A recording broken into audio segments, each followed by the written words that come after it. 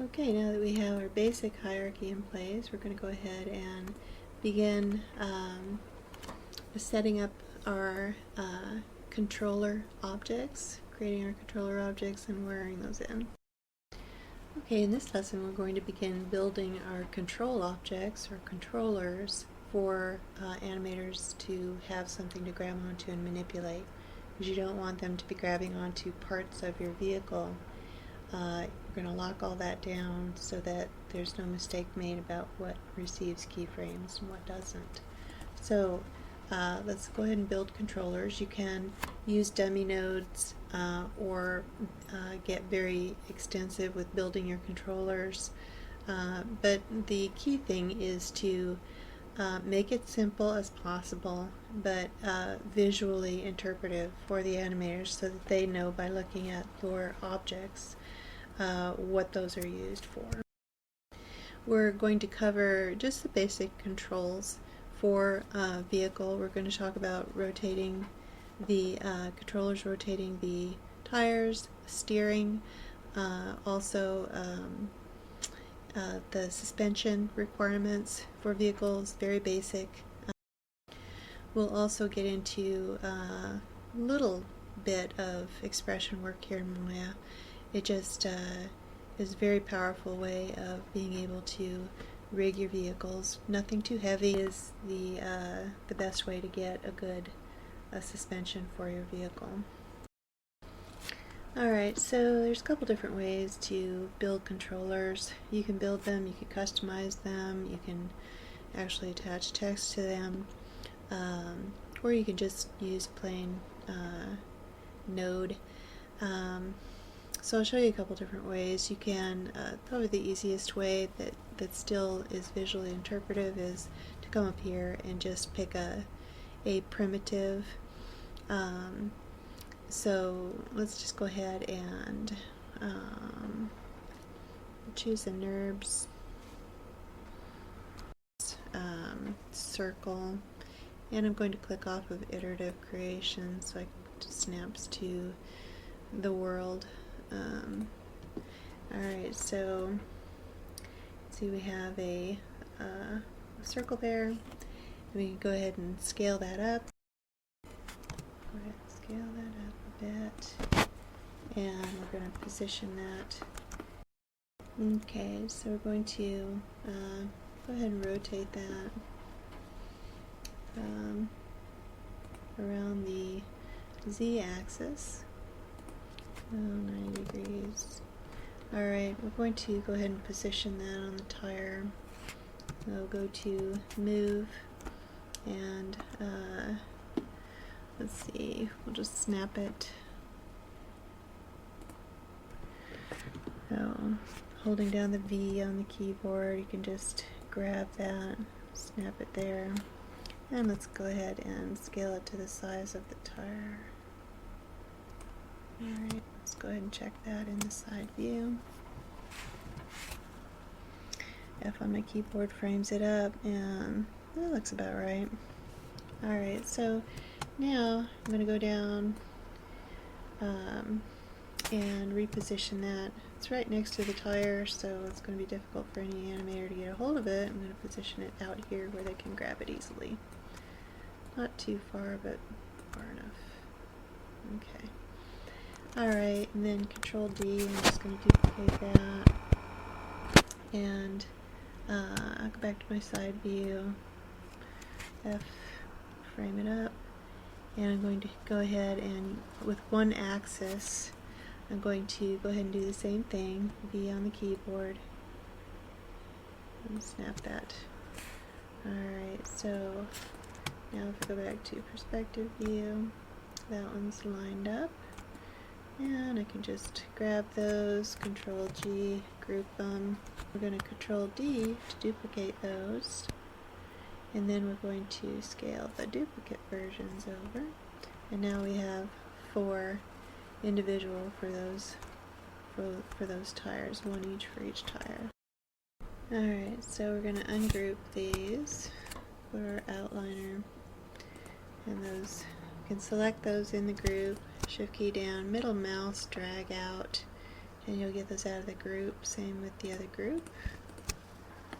And then we can delete this trash, and we're left with individuals. So let's go ahead and select these all, delete the history on those because they were created with primitives, and freeze those transforms.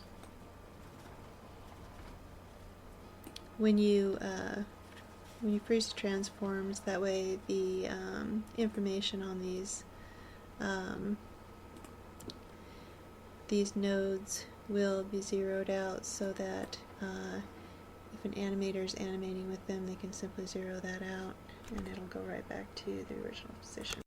So then we want to rename our individual controls, and it's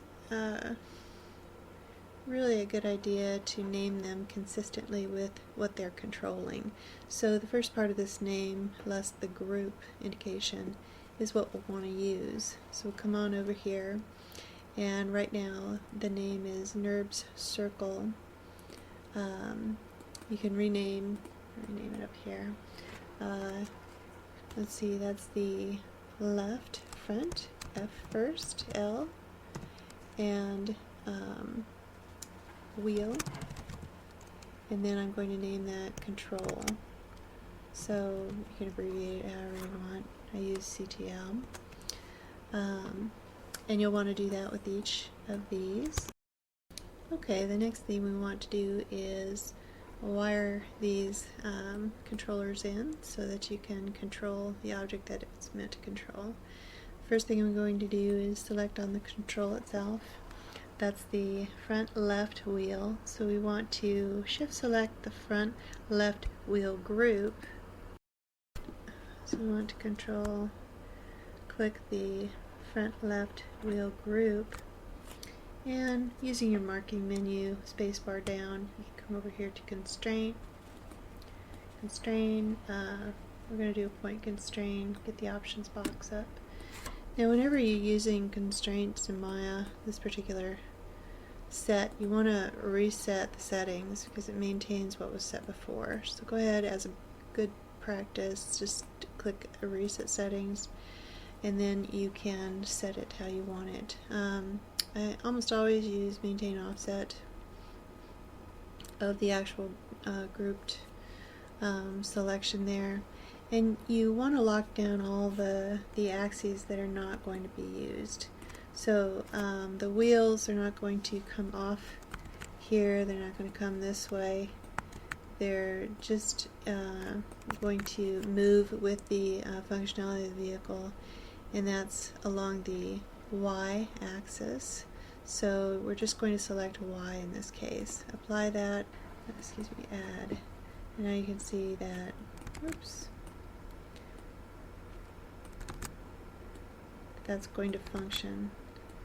We'll lock down the controller as well so that you don't even have these handles to use. But now it only functions, it only moves this tire in one direction along the y-axis. Okay, so go ahead and do the same for the other wheels. And I'll go ahead and take you through how to build a custom controller. Let's see, we'll go right up here to curves, and let's see, create with CV tool. Let's go ahead and use one linear. It's this line. And then we'll come right down here, and I'm going to go to my front view because we're going to get some steering going on here. And we're just going to turn on the grid so I have something to snap to. And we can just build something to steer with. I usually use, as I showed you before, with rigging that I'd done in the past, I usually rig everything to the wheel. The wheel actually is a great thing to rig to because when you have a driver in the seat, the driver's hands are constrained to the wheel, and everything else is constrained to the wheel. Then you just animate that one node. Code can drive that one node to animate the wheels and the driver's hands and arms. So, but in this case, stay really simple. We'll just go ahead and do some directional thing. You can make anything. Arrows is a good idea. So let's just snap to grid, X down. I'm going to snap, snap, snap, snap. Maybe make an arrow here.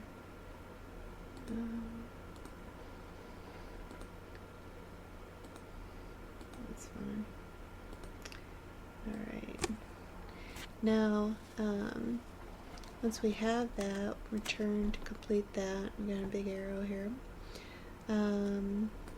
So now we can, I'm just going to center the pivot on that. Let's see, go back to land. Center pivot. Oh, I do have two of them.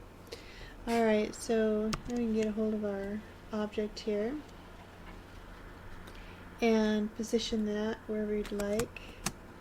I'm going to go ahead and position it out front. That's a pretty standard positioning, since we're only controlling the front wheels of the vehicle. You can go ahead and just use it there. I'm going to keep it centered. Let's go top down, make sure that that is centered.